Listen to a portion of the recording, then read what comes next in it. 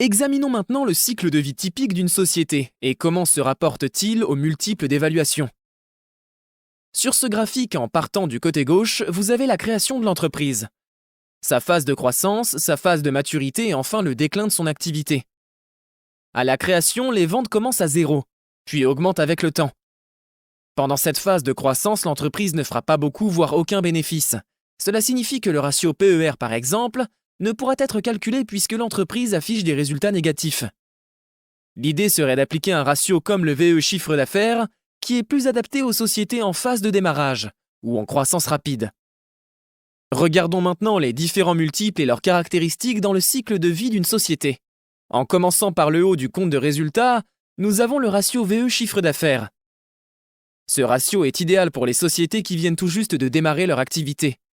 On peut donc mesurer leur valeur en se basant sur leur chiffre d'affaires car très souvent, ces entreprises n'affichent aucun bénéfice, ni flux de trésorerie. Gardez à l'esprit que ce ratio ignore la performance financière de l'entreprise, ainsi que la structure de son capital.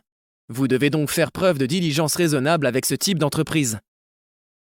En descendant un peu dans le compte de résultat, nous avons l'EBITDA.